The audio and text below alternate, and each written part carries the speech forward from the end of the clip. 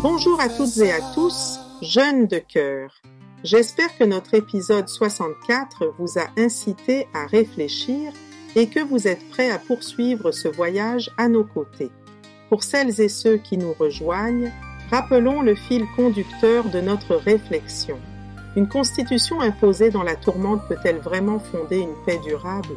Envisager la rédaction d'une nouvelle constitution n'est pas une mauvaise idée en soi. Toutefois, c'est l'ordre et la méthode qui sont véritablement en jeu.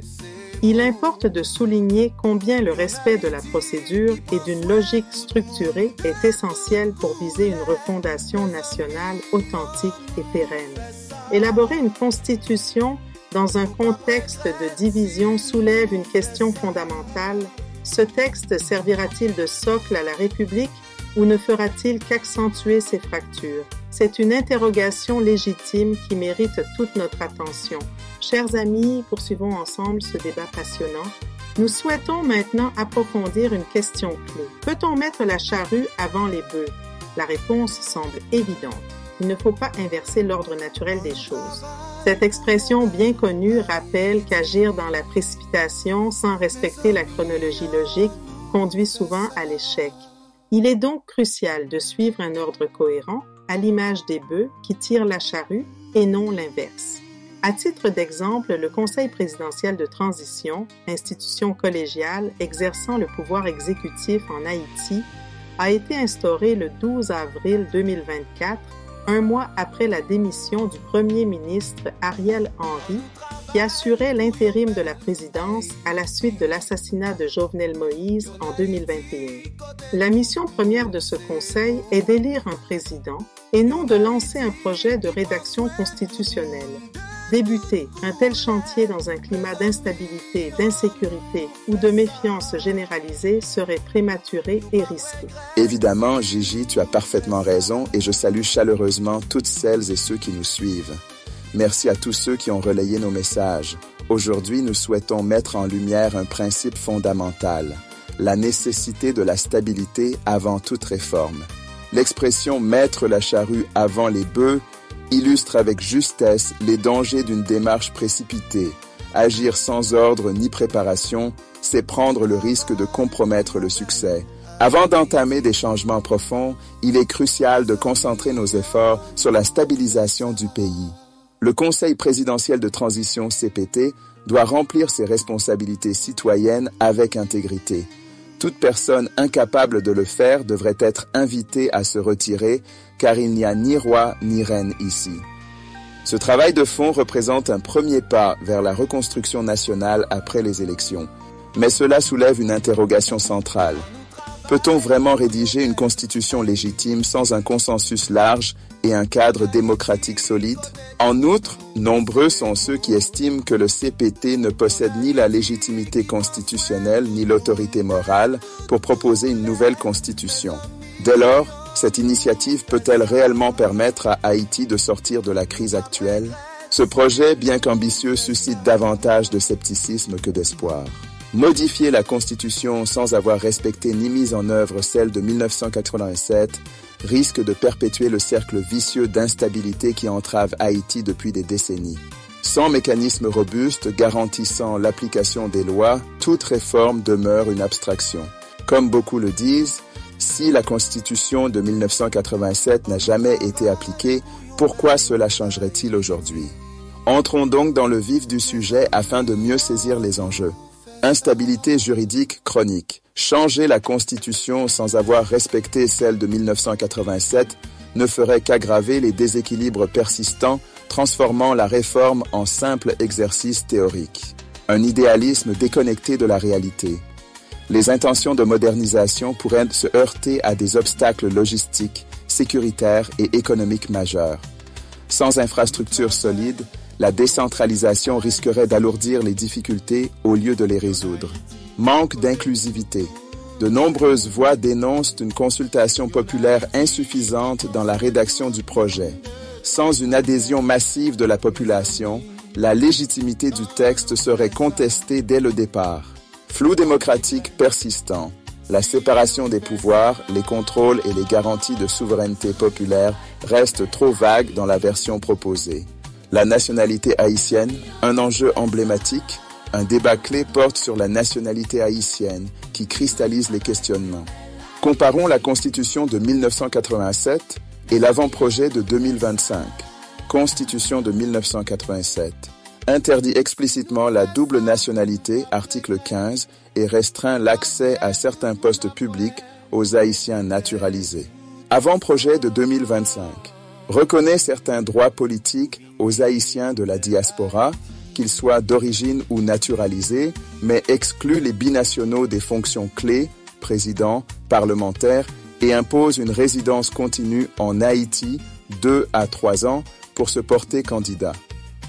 Il revendique l'égalité des droits pour les Haïtiens à l'étranger, tout en maintenant des critères jugés discriminatoires par beaucoup. Cette position ambivalente suscite l'indignation. Comme l'a souligné un commentateur, c'est une égalité en carton recyclé. Les Haïtiens de l'extérieur sont bons pour financer le pays, mais pas pour le diriger. En résumé, une nouvelle constitution pourrait poser les fondations d'un État plus inclusif, démocratique et moderne. Toutefois, le contexte actuel ne semble pas favorable.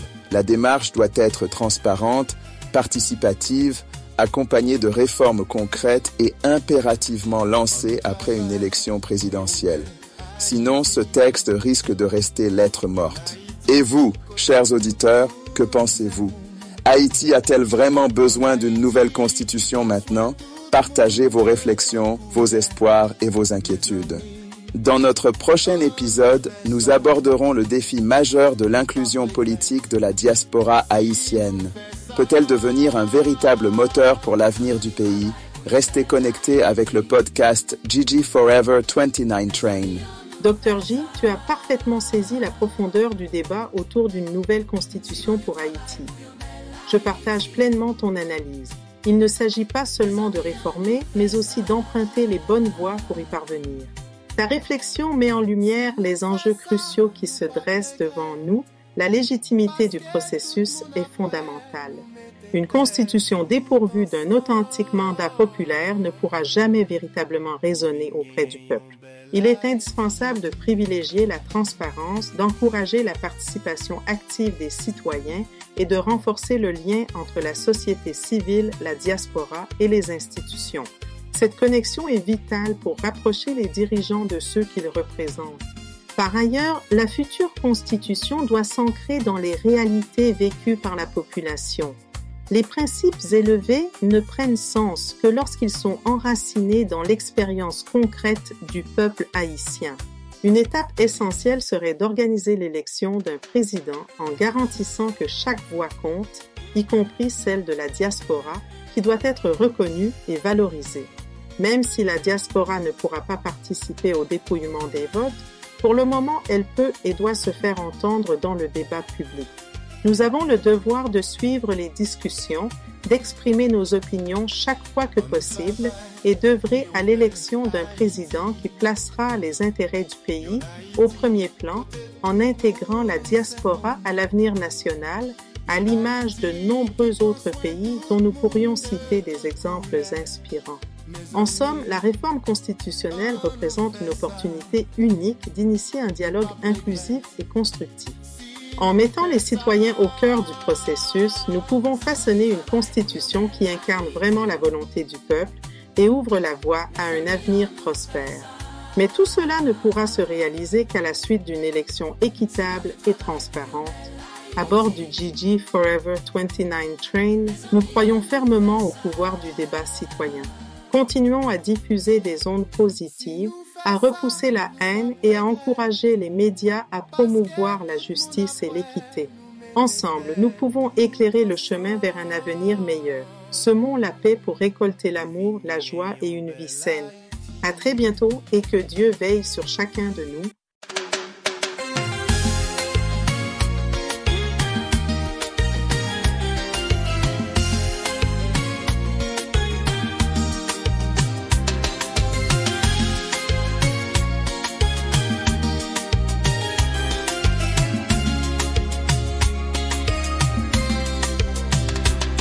An nou travay pou yon bel Haïti. Yon Haïti kote tout nou yon Haïti qui prend soin tout le monde de toute couleur. Mes amis, on nous fait ça, nous pas regretter si nous fait ça.